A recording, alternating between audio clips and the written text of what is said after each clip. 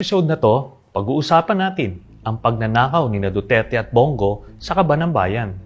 Ito ay maliwanag na patong-patong na kaso ng plunder na umaabot sa 6.6 billion pesos.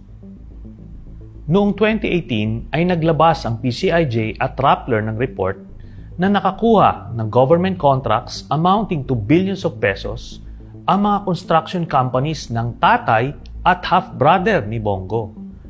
Lahat ng mga projects na to, take note, ay sa Davao Region lang. Dahil dito, nagpasa ako ng Senate Resolution para imbisigahan ito.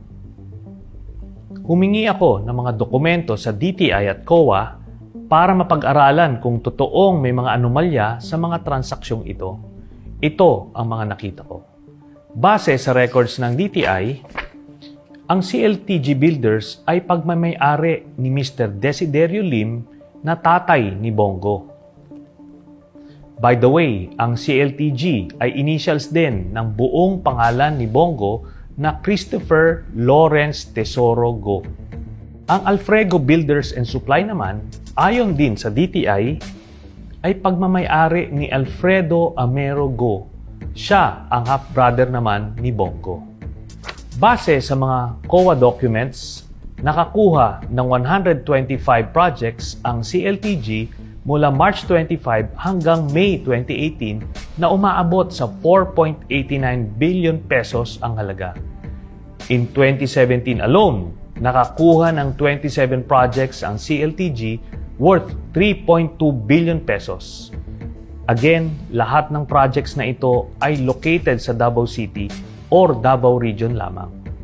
Ang ilan sa pinakamalalaking kontrata ng CLTG ay nagkakahalagang 251.7 million pesos, 208.8 million pesos, 187.9 million pesos, 182 million pesos, at 177 million pesos. Lahat pang road widening. Ang Alfrego Builders naman, ayon sa COA, ay nakakuha ng 59 projects from June 2007 to July 2018, amounting to 1.74 billion pesos. In 2018 alone, nakakuha ang Alfrego Builders ng 23 projects amounting to 1.3 billion pesos. At gaya ng CLTG, lahat ng projects ng Alfrego Builders ay located sa Davao City or Davao Region lamang. Ang ilan sa pinakamalalaking kontrata ng Alfrego Builders ay nagkakahalagang 181.5 million, 140 million, 132.5 million, 108 million, at 93 million pesos na lahat ay pang-concreting o road widening. Pag itotal ang mga projects na nakuha ng tatay at half-brother ni Bongo, ito ay aabot sa 6.6 billion pesos. Specifically, 1.5 billion pesos nung mayor pa lang si Duterte sa Davao City, habang 5.1 billion pesos worth of projects naman ang nakuha ng pamilya ni Bongo nung unang 2 taon pa lamang na pagkapresidente ni Duterte. Pareho ding B-license lang ang hawak ng 2 kumpanya, pero nakakuha sila ng malalaking proyekto. Bawal po ito. Kaso, naikutan nila ang requirement na to dahil pumapasok sila sa joint venture arrangements sa mga kumpanyang may AAA license, pero kung titignan natin ang mga kontrata nila with DPWH, mismo ang tatay ni Bongo na si Desiderio Go ang identified na contractor at siya pa rin ang nakapirma dito. Ganon din sa kontrata ng Alfrego Builders, mismong half-brother ni Bongo na si Alfredo Go ang identified as contractor ng project at siya rin mismo ang nakapirma rito. Ngayon, ano naman ang mali dito? Marami. Ayon sa Article 7, Section 13 of the 1987 Constitution, the President, Vice President, members of the Cabinet, and their deputies or assistants shall not, unless otherwise provided in this Constitution, participate in any business or be financially interested in any contract with the government.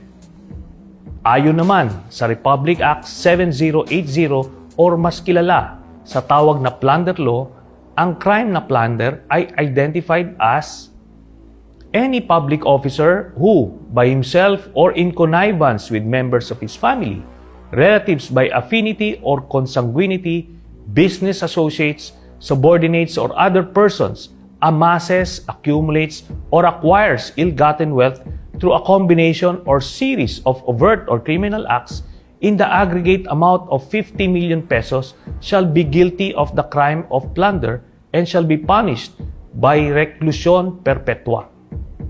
In the same law, ill-gotten wealth is defined as any asset, property, business enterprise, or material possession of any person acquired by him directly or indirectly through dummies, nominees, agents, subordinates, and or business associates by receiving directly or indirectly any commission, gift, share, percentage, kickbacks, or any other form of pecuniary benefit from any person and or entity in connection with any government contract or project or by reason of the office or position of the public officer concerned. Also, by taking undue advantage of official position, authority, relationship, connection, or influence to unjustly enrich himself or themselves at the expense and to the damage and prejudice of the Filipino people and the Republic of the Philippines.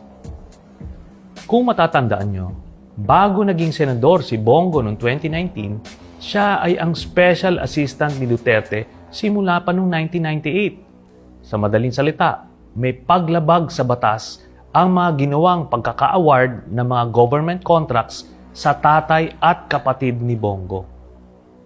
At dahil bilyon-bilyon ang halaga ng mga kontratang ito, ano ang krimen nilang ginawa? Plunder.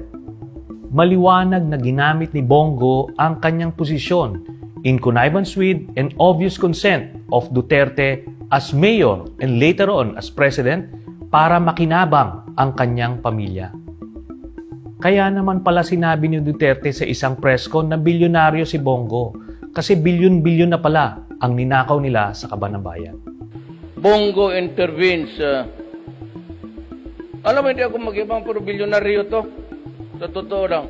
Putakin na ba? Tanungin niyo kung sino yan. Liliwanagin ko lang, as always, hindi po chismis ang basihan ng mga aligasyong ito.